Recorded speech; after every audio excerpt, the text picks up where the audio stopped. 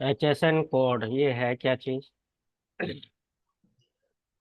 तो जो HSN code है वो हर एक प्रोडक्ट का अलग अलग कोड होता है, जिस कोड से उसको पहचाना जाता है कि इसकी मैन्युफैक्चरिंग कब हुई और इसकी जो एक्सपायरी डेट है वो कब तक की है। सब HSN कोड से पता लग जाता है। एक बैच नंबर होता है, एक HSN कोड होता है, तो HSN कोड से भी पता लगाया जा सकता है। अब ये जो है कितने डिजिट का होता है। HSN की फुल फॉर्म क्या होती है? Harmonise nomenclature. Harmonise system nomenclature होता है इसकी फुल फॉर्म। मैं यहाँ दिखा भी देता हूँ आपको।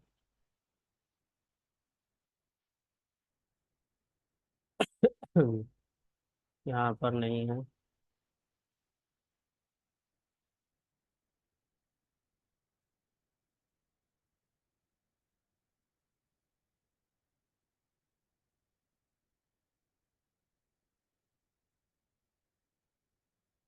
HSN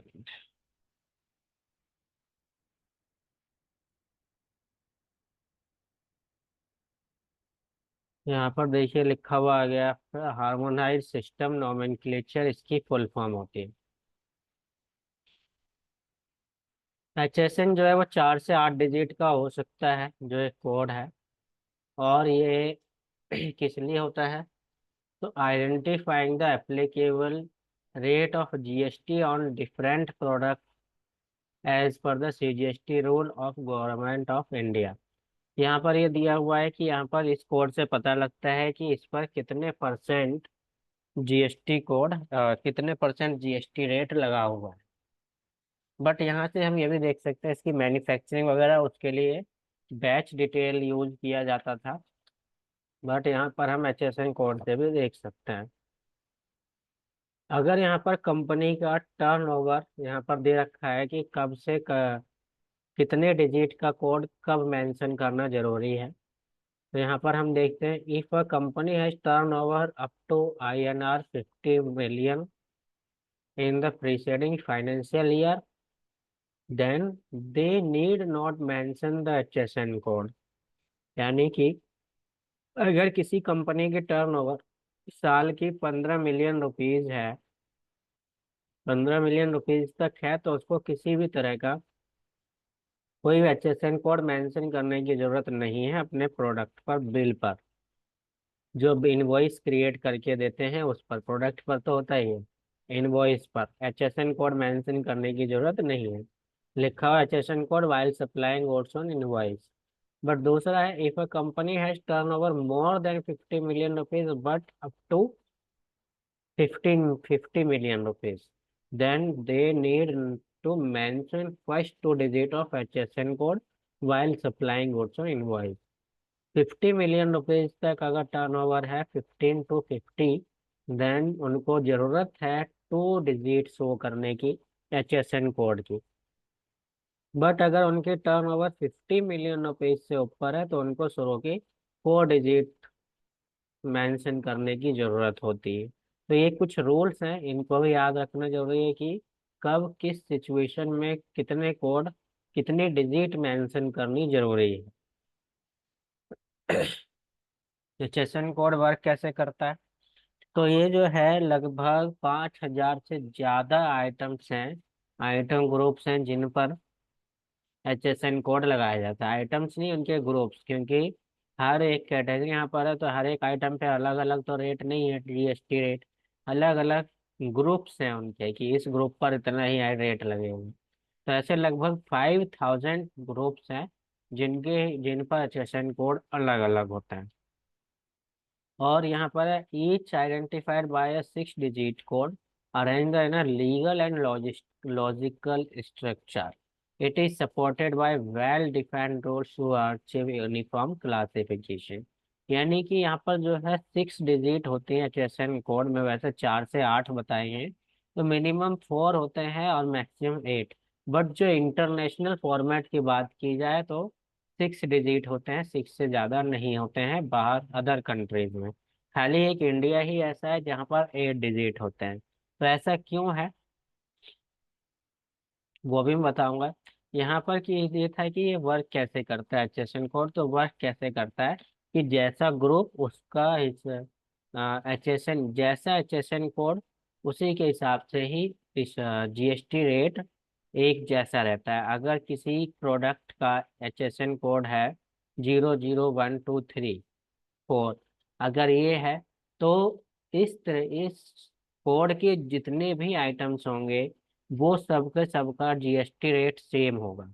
इस तरीके से एचएसएन कोड वर्क करता है। एचएसएन कोड चेंज तो उसका जीएसटी रेट भी चेंज। एचएसएन कोड इम्पोर्टेंट क्यों है? इम्पोर्टेंट इसलिए भी है, इसका मेन पर्पज क्या है, गुड्स को क्लासिफाई करना कि कौन सा गुड्स कौन से रेट का है। क्योंकि पूरे वर्ल्ड में ये एक सिस्टम बना हुआ है, सिर्फ इंडिया में नहीं। सिर्फ इंडिया में जीएसटी नहीं है, इंडिया के अलावा भी कम से कम 200 प्लस कंट्री है जहां पर जीएसटी यूज होता है। और जहां जहां जीएसटी यूज होता है वहां वहां एचएसएन कोड भी यूज होता है। तो ऐसे नीचे भी दिया हुआ है, वर्ल्ड वाइड है, ऐसे कम 200 कंट्री से ज़्यादा है जहाँ पर एचएसएन कोड को यूज किया जाता है। और एचएसएन कोड से ही पता लग जाता है कि किन पर कितना परसेंट जीएसटी है कंट्री के अकॉर्डिंग। ये क्या क्या है, जैसे यूनिफॉर्म क्लासिफिकेशन है, based for their custom tariffs हैं। तो इस तरह के बहुत से चीज़ें हैं जिनको एचएसएन कोड से क्लासीफाई किया जाता है। नीचे आते हैं जरा एचएसएन इन इंडिया। यहाँ पर 6 to 8 होते हैं, 8 डिजिट मैक्सिमम। 8 डिजिट में जो डिजिट 2 डिजिट बढ़ जाती है वो क्यों बढ़ती है वो भी जरा नीचे देखते हैं। इसको इतना पढ़ने की जरूरत नहीं है। तो नीचे हम देखते हैं, वैसे यहाँ पर पढ़ भी लेना जरूरत पड़ेगी तो। जो मैंने बताया वही यहाँ पर कि यहाँ पर 2 डिजिट बढ़ जाती है, वही यहाँ बताया गया है। तो वो 2 डिजिट क्यों बढ़ती है? क्योंकि वो इंडिया की है और वो हैंडमेड को शो करती है कि ये हाथ से बनी हुई चीजें हैं। जो कि नीचे अभी हम पूरे इसकी क्लासिफिकेशन देखेंगे। अब ये जो एचएसएन कोड के बारे में बात करें तो यहाँ पर दिया हुआ है एचएसएन का स्ट्रक्चर क्या है, जिसमें कि कंटेंट्स होते हैं वो किस टाइप के होते हैं। 21 सेक्शंस होते हैं इनके अंदर। उन सेक्शंस के अंदर 99 चैप्टर्स होते हैं। ये एचएसएन का स्ट्रक्चर है। उन चैप्टर्स के अंदर 1244 हेडिंग्स होती है और उनके अंदर 5224 सब हेडिंग होती है। इन्हीं को मिला करके एचएसएन कोड बनाया जाता है। अब यहाँ पर देखिए यही समझाया गया है यहाँ पर जो मैंने अभी बताया है। Each section divided into chapters, और each chapter divided into headings, और each heading divided into sub heading.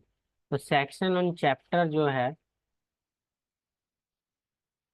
यहाँ पर दिया हुआ है। Titles describe broad category of goods while heading and sub heading describe product in detail. ठीक है, थोड़ा सा और नीचे डिटेल में देखते हैं एग्जाम्पल के थ्रू। जैसे कि यहाँ पर है फर्स्ट 2 डिजिट, यहाँ पर 6 डिजिट दी हुई है। ये एक एचएसएन कोड का फॉर्मेट है 621390। तो इसका जो फर्स्ट 2 डिजिट जो है 62, ये रिप्रेजेंट करता है चैप्टर को। For articles of appearance and clothing accessories not knitted और प्रोक्टेड। तो ये जरूरी नहीं है यहाँ पर दे रखा है क्लोथिंग, बट ऐसा जरूरी नहीं है कि क्लोथिंग ही हो, और भी हो सकता है। यहाँ पर टेक्सटाइल दे रखा है इसीलिए यहाँ क्लोथिंग ही है। नेक्स्ट 2 डिजिट जैसे कि ये 13, ये रिप्रेजेंट करता है हेडिंग्स को, जो कि हैंडकरचीफ यानी कि हाथ से बनाई गई चीजें हैं। टेक्सटाइल है तो यहाँ पर हाथ से बनी हुई चीज है 13। बाकी आगे जो है 90, ये प्रोडक्ट कोड शो करता है handkerchief made for other textile material. यानी टेक्सटाइल के अलावा कोई दूसरा मटेरियल है जो कि हैंडकरचीफ है, हाथ से बनी हुई है, तो उसके लिए यहाँ पर 90 होता है सब हेडिंग। और जो India has 2 more digit for a deeper classification, 2 और इसमें डिजिट होती है, जो कि किस लिए होती है? It has handkerchief are made from man made fibre, then the HSN code is ये, यानी कि फिर ये और बढ़ जाता है। अगर मैन मेड फाइबर है कोई प्रोडक्ट ऐसा, तो उस पर 10 और बढ़ जाएगा। अगर क्या है, मेन मेड है किससे? सिल्क से, सिल्क और वेस्ट, वेस्ट फ्रॉम सिल्क है, तो उस पर 90 बढ़ जाता है। तो ये जो है 2 डिजिट और बढ़ जाती है, 10 और 90, तो डिपेंड करता है कि वो किस टाइप का आइटम है। तो इसको अकॉर्डिंग यहाँ पर 2 डिजिट और बढ़ जाती है। ठीक है, तो ये HSN कोड के बारे में था, और भी पढ़ सकते हो। इसमें और पढ़ोगे तो अच्छे से पता लग जाएगी तुम्हें, मैंने भेज दिया है, तुम्हें मेल कर दिया है। डीलर्स की जी सर। बात करें तो 2 तरह के डीलर होते हैं, एक कंपोजिट डीलर और एक नॉर्मल डीलर, जो कि आपने वैट में भी पढ़ा है। नॉर्मल डीलर यानी कि रेगुलर डीलर जो है, तो जो रेगुलर है वो तो है ही रेगुलर, उसके ट्रांजैक्शन होती है, रेगुलर बिजनेस करता हुआ आ रहा है। कंपोजिशन डीलर जो कि कॉन्ट्रैक्ट बेस पे हम कह सकते हैं, यानी कि पीरियड बेस पे काम करता है। तो यहाँ पर क्या है, कंपोजिशन डीलर के बारे में क्या दिया हुआ है? Any taxpayer whose turnover is less than 1.5 crore rupees in rest of India and less than आई 75 lakh rupees in special category, और वो कौन सी कैटेगरी है? North east state. यानी कि ऐसा कोई टैक्स पेयर है जिसकी टर्न ओवर 1.5 लाख रुपए तक पहुंच रही है या उससे ऊपर पहुंच रही है, तो उसको कंपोजिशन डीलर में कन्वर्ट किया जा सकता है। और ईस्टर्न नॉर्थ ईस्टर्न एरिया, अगर उसकी टर्नओवर 75 लाख रुपीज तक है, तो उसको भी कंपोजिशन डीलर में कन्वर्ट किया जा सकता है। अगर इतनी है तो उसको कंपोजिशन डीलर माना जाएगा और उसमें रजिस्ट्रेशन कराना पड़ेगा। यहाँ पर लिखा हुआ है, अगर ये कैटेगरी है, can opt for the composition scheme under GST। Composition dealer के कुछ नुकसान हैं, फायदे कम है उसके नुकसान ज्यादा हैं। तो कंपोजिशन स्कीम में बहुत से कम लोग आना चाहते हैं, ज्यादा लोग नहीं आना चाहते हैं। यहाँ पर the point to be noted is that GST composition scheme limit is based on the turnover of all business which are registered with the same PAN, and thus all business under the same PAN can either be registered regular dealer or can be composition dealer, not a combination of both. यानी इसका मतलब क्या हो गया कि अगर कोई एक डीलर है तो उसका पैन कार्ड तो एक ही रहेगा, और उसने बिजनेस कई जगह कर रखे हैं, एक ही स्टेट में या अलग अलग स्टेट में भी हो सकते हैं। उसके बिजनेस हैं जिसमें कि कुछ रेगुलर है और कुछ कंपोजिशन है। तो यहाँ पर दो इसमें दे रखा है कि दोनों कॉम्बिनेशन नहीं हो सकता है दोनों का, यानी कि दोनों वो अलग अलग नहीं चला सकते हैं। या तो वो दोनों रेगुलर करे, अगर उसकी टर्नओवर इतनी हो जाती है 1.5 करोड़ रुपए तक, तो उसको कंपोजिशन में करना पड़ेगा, फिर एक बिजनेस नहीं, फिर उसके सारे बिजनेस ही कंपोजिशन डीलर में कन्वर्ट करने पड़ेंगे, ऑप्ट करने पड़ेंगे। ठीक है, ये ध्यान रखना है, 1.5 करोड़ रुपए तक, और नॉर्थ ईस्ट एरिया में 75 लाख रुपए तक। यहाँ पर कंपोजिशन स्कीम के कुछ रूल्स हैं, कुछ लिमिटेशंस हैं। क्या है? No input tax credit can be claimed. जितने भी कंपोजिशन स्कीम के अंदर आ रहे होंगे, उन सब का कोई भी ये राइट नहीं है कि वो इनको इनपुट टैक्स क्रेडिट को क्लेम कर सके, यानी कि शॉर्ट में कहते हैं ITC। ITC क्लेम नहीं कर सकते हैं गवर्नमेंट से। ITC का मतलब क्या है कि अगर उन्होंने टैक्स ज्यादा दे दिया है, GST ज्यादा दे दिया है और लिया कम है, तो वो गवर्नमेंट से ज्यादा पे किया हुआ टैक्स क्लेम नहीं कर सकते हैं कंपोजिशन स्कीम वाले डीलर। दूसरा, वो किसी भी तरह की इंटर स्टेट सप्लाई नहीं कर सकते हैं गुड्स की। इंटर स्टेट यानी कि अगर वो यूपी में रजिस्टर्ड है तो यूपी में ही ट्रांजेक्शन कर सकते हैं, सप्लाई कर सकते हैं। अदर स्टेट में नहीं। No GST exempt goods can be supplied, जिन आइटम्स पर जीएसटी नहीं है, एग्जेम्प्ट किया गया है, उन आइटम्स को भी ये सप्लाई नहीं कर सकते हैं। As per the composition scheme rules, tax need to be paid normal GST rate for transaction under reverse charge mechanism. तो यहाँ पर क्या है, कंपोजिशन स्कीम रूल के हिसाब से क्या है कि जो टैक्स रेट है, नॉर्मल टैक्स रेट है, वो रिवर्स चार्ज मैकेनिज्म के अंदर भी उनको टैक्स पे करना होता है। ऐसा नहीं है कि वो ये कहे भाई मैं कंपोजिशन डीलर हूँ तो मैं आरसीएम के अंदर टैक्स पे नहीं करूँगा।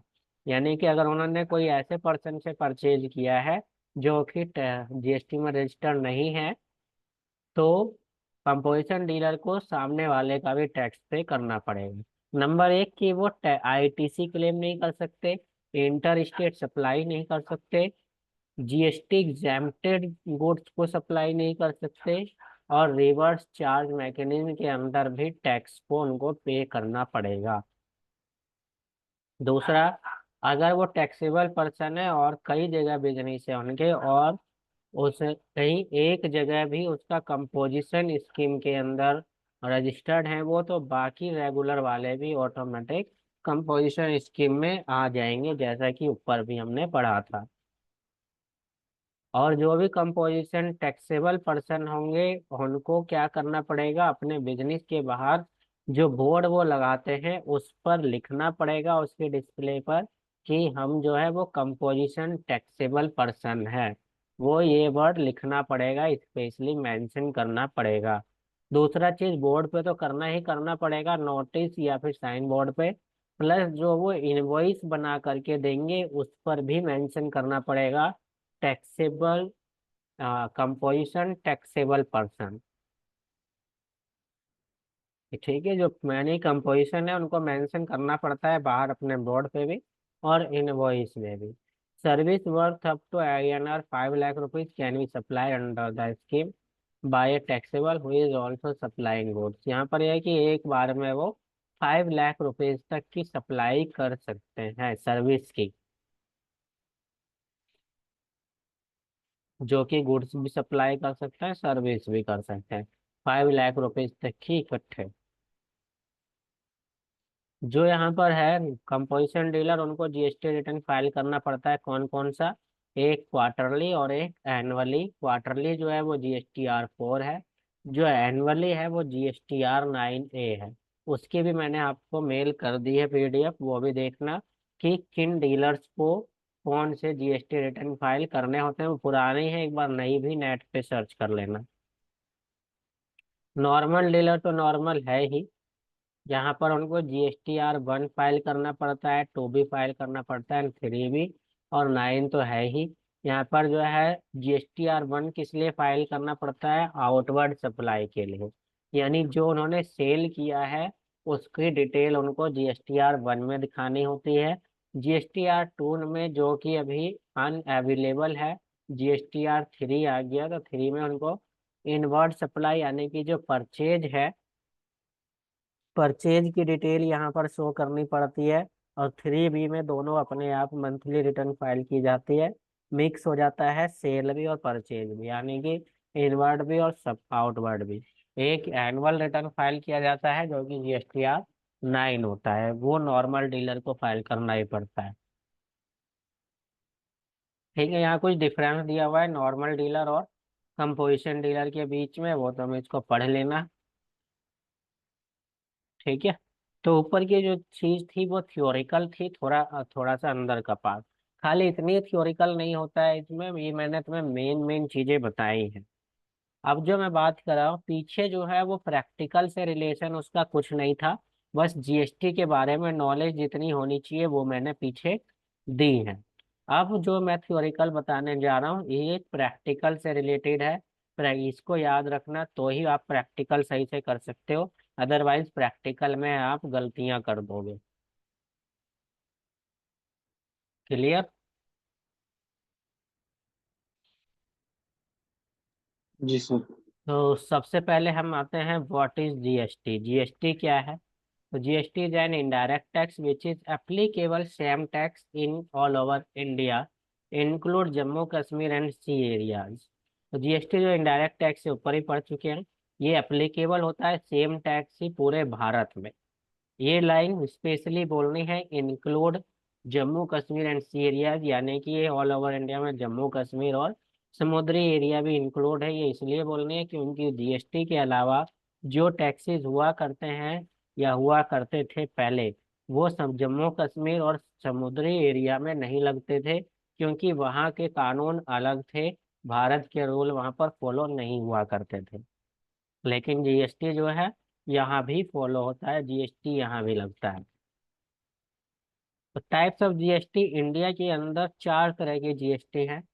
सीजीएसटी यानी central goods and service tax, SGST यानी state goods and service tax, IGST यानी integrated goods and service tax, UTGST यानी union territory goods and service tax. यहाँ पर इंडिया के अंदर दो तरह के टैक्सेस बढ़ गए हैं, एक एसजीएसटी और एक यूटीजीएसटी। क्यों? क्योंकि एक इंडिया ही ऐसी कंट्री है जहाँ पर स्टेट है और यूनियन टेरेटरी स्टेट है। बाकी जगह आईजीएसटी और सीजीएसटी ही लगता है। बाकी अदर कंट्री में स्टेट नहीं है, यूटी स्टेट नहीं है, इसीलिए वहाँ पर एसजीएसटी और यूटीजीएसटी का कोई नाम नहीं है। बट कंट्री इंडिया में है तो इंडिया में इसको पढ़ना होगा, समझना भी होगा। यूनियन टेरेटरी स्टेट, तो यूनियन टेरेटरी यानी जिसको हम केंद्र शासित प्रदेश बोलते हैं, वो कौन कौन से, पहले तो 7 थे लेकिन अब 9 हो गए हैं। जो कि कौन कौन से बढ़ गए हैं, तो जम्मू कश्मीर और लद्दाख बढ़ गए हैं। पहले कौन कौन से थे? Andaman Nicobar island, Daman and Diu, Dadra and Nagar Haveli, Delhi, Chandigarh, Lakshadweep, Puducherry, Jammu Kashmir और लद्दाख। जम्मू कश्मीर और लद्दाख ये बढ़ गए हैं। ठीक है भाई, तुम्हें मालूम थे? Yes sir. ठीक है, तो ये दोनों बढ़ चुके हैं, यस जिसमें सर। कि मैं तुम्हें पहले बता दूं कि दिल्ली और एक पुदुचेरी, इन दोनों को जीएसटी के अंदर यूटी स्टेट नहीं माना गया है। यहाँ पर यूटी स्टेट के रूल फॉलो नहीं होते हैं जीएसटी वाले। क्यों? क्योंकि यहाँ पर ए, जो गवर्नमेंट है, स्टेट गवर्नमेंट, उनके खाली रूल्स नहीं फॉलो होते हैं, यहाँ पर एलजी के भी रूल्स फॉलो किए जाते हैं। अगर सीएम को कोई रूल पास करना हो तो एलजी से परमिशन लेनी होती है, एलजी से पहले पास कराना होता है। सुना है आपने? नहीं कोई सर। भी पास होता है रूल तो उसको एलजी से पास कराना होता है। अगर एलजी ने पास कर दिया तो ठीक है, अगर पास नहीं किया है तो वो रूल फॉलो नहीं होगा कंट्री के अंदर। दिल्ली और पुदुचेरी, ये दोनों ध्यान रखना। नहीं सर। एक सेकेंड रुक,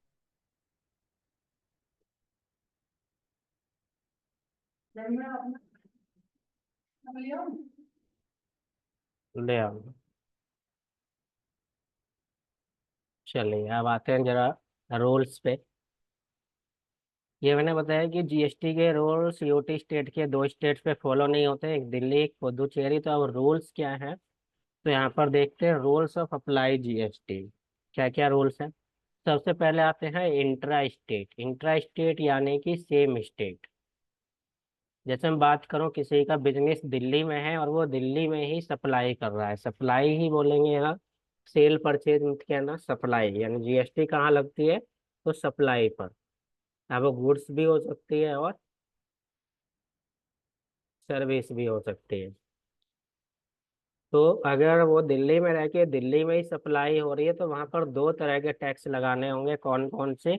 एसजीएसटी और सीजीएसटी, यानी स्टेट टैक्स भी लगेगा और सेंट्रल टैक्स भी लगेगा। ठीक है। उसके बाद आते हैं इंटर स्टेट। वो था इंट्रा स्टेट, इंट्रा स्टेट यानी सेम स्टेट। अब है इंटर स्टेट। तुम्हें अब ये दिखाई दे रही है ना भाई, या नहीं दिखाई दे रही है पिक्चर? दे दिए सर। ठीक। इंटर स्टेट यानी डिफरेंट स्टेट। अगर कोई दिल्ली में बिजनेस है और वो अदर स्टेट में ट्रांजेक्शन कर रहा है, जैसे दिल्ली में रह के गोवा में तो वहां पर सिर्फ एक ही जीएसटी लगेगी, कौन सी? IGST। ठीक है, IGST ही लगेगी, चाहे वो किसी भी अदर कंट्री में, अदर कंट्री या फिर अदर स्टेट में भी सप्लाई कर रहा है तो IGST ही लगेगा। इंट्रा स्टेट है तो उसी कंडीशन में ही SGST और CGST लगता है। नीचे है union territory state but same state. केंद्र शासित प्रदेश में अगर ट्रांजैक्शन हो रही है, जैसे लक्षद्वीप में है बिजनेस और लक्षद्वीप में ही सप्लाई हो रही है, तो CGST और UTGST लगेगा। लेकिन अगर लक्षद्वीप में रह करके जम्मू कश्मीर में या लद्दाख में ट्रांजैक्शन हो रही है, हालांकि दोनों यूनियन टेरिटरी स्टेट है बट सेम नहीं है, अगर सेम ना हो तो फिर वो inter state inter state supply हो जाती है। फिर वहां पर IGST लगेगा, ना कि CGST और UTGST। क्लियर है इतनी चीज? अब तीनों रूल्स मैंने बता दिए, इंटर स्टेट, इंट्रा स्टेट और यूनियन टेरिटरी स्टेट। SGST से जितना टैक्स अमाउंट कलेक्ट होता है स्टेट गवर्नमेंट अपने पास रखती है। Central goods and service tax से जितना अमाउंट कलेक्ट होता है सब सेंट्रल गवर्नमेंट अपने पास रखती है। IGST से जितना पैसा कलेक्ट होता है उसमें सेंट्रल और स्टेट दोनों गवर्नमेंट 50-50 डिस्ट्रीब्यूट कर लेती है। और union territory state goods and service tax से जितना अमाउंट कलेक्ट होता है यूनियन टेरिटरी स्टेट की गवर्नमेंट रखती है। ठीक है, आगे चलते हैं। What is GST number? वह GST में अगर कोई रजिस्ट्रेशन करेगा तो उसको एक टिन नंबर मिलता है। जैसे जी मैंने बताया था, टिन की full form tax identification number. किसी भी टैक्स में रजिस्ट्रेशन करना करेगा कोई तो उसको टिन नंबर मिलेगा। जैसे GST में कोई करता है तो GST नंबर मिलता है। GST यानी goods and service tax identification number. ये हो गया गुड्स GST नंबर की फुल फुल फॉर्म। ये जो है क्या होता है, ये 15 डिजिट के नंबर होता है GST। ये बिजनेस की आइडेंटिटी होती है। ये 15 डिजिट का ही होता है, ना तो इससे एक भी कम ना ही एक भी ज्यादा। उसका फॉर्मेट यहाँ पर मैंने दे दिया है। शुरू की 2 डिजिट जो कि स्टेट कोड शो करती है। अगर मेरा बिजनेस दिल्ली में है तो दिल्ली का कोड होगा, यूपी में है तो यूपी का कोड होगा। आगे 10 जो होते हैं, 10 अल्फाबेट एंड न्यूमेरिकल मिला करके वो उस कंपनी का या पर्सन का पैन नंबर होता है। फिर एक डिजिट होती है जो कि एंटिटी कोड होता है। फिर एक जेड होता है अल्फाबेट जो कि बाय डिफॉल्ट जेड ही होता है और कुछ हो ही नहीं सकता GST के अंदर। उसके बाद 5 एनी डिजिट कुछ भी हो सकती है जिसको बोलते हैं एरर डिटेक्ट डिजिट। एरर को डिटेक्ट करता है। नीचे इसी के नीचे पूरी डिटेल लिखी हुई है। First 2 digit show state code, it's on pan number of company. ये जो है इस- क्या शो करता है? पैन नंबर होता है। इंडेंट किसका? कंपनी का हो सकता है या फिर वो मैंने बता दिया 10 डिजिट। और 13 डिजिट जो है फर्स्ट 2 9 होती है, कुछ भी हो सकती है। और 9 के बाद 10 आ जाए तो फिर कहेंगे एक बढ़ जाएगी तो 16 डिजिट हो जाएगी। तो जब 10 का नंबर आता है तो फिर वहां पर अल्फाबेट शुरू हो जाते हैं, A से लेके Z तक। यानी अगर 9 के बाद 10 लिखना पड़ जाए तो यहाँ 10 नहीं फिर A लिखा जाएगा, 11 लिखा जाएगा, लिखना पड़े तो B हो जाएगा। ठीक है, अब ये होता है क्या है तो मैं बता देता हूँ। शुरू के 2 डिजिट स्टेट कोड, जैसे 07 है तो 07 कहाँ का है? ये दिल्ली का कोड है। यूपी का है 09। स्टेट कोड की लिस्ट भी मैंने आपको भेज दी है, कोई दिक्कत नहीं है। ये यहीं पर ही इस नाम से है। जी यह sir. State code for GST, ये सारे मैंने भेज दिए हैं आपको, मेल कर दिए। कौन से स्टेट का क्या कोड है? ये वाला है 3 नंबर वाला कोड। ये तो वो है गाड़ियों पे जो नंबर लिखे जाते हैं। उसके बाद आते हैं पैन नंबर। पैन नंबर कुछ भी हो सकता है, मैंने TDS में आपको बताया हुआ है इसका भी फॉर्मेट। 1 ये क्या है? कोई एंटिटी कोड का मतलब जिस नंबर की ब्रांच वही नंबर यहाँ रहेगा। अभी जैसे कि मैं हूँ, मेरा ये इंस्टीट्यूट है, अभी पहला ये स्टार्टिंग है तो 1 रहेगा। मैंने एक ब्रांच और खोल ली अपने इसी स्टेट में, यूपी में। तो यूपी में ही मैंने एक और खोल ली थोड़ा दूर जाके। तो स्टेट कोड यही रहेगा मेरा, पैन नंबर यही रहेगा, पैन नंबर बदल तो नहीं जाएगा। लेकिन ब्रांच बढ़ गई, दूसरी हो गई। तो ब्रांच वहाँ 1 की जगह 2 हो जाएगा, जेड का जेड ही रहेगा, और डिजिट यही रहेगी 5 की 5। बस जैसे जैसे मेरी ब्रांच बढ़ते चली जाएगी, वो एंटिटी कोड बढ़ते चला जाएगा। दूसरी ब्रांच होगी तो 2, तीसरी होगी तो 3, फोर्थ होगी तो 4।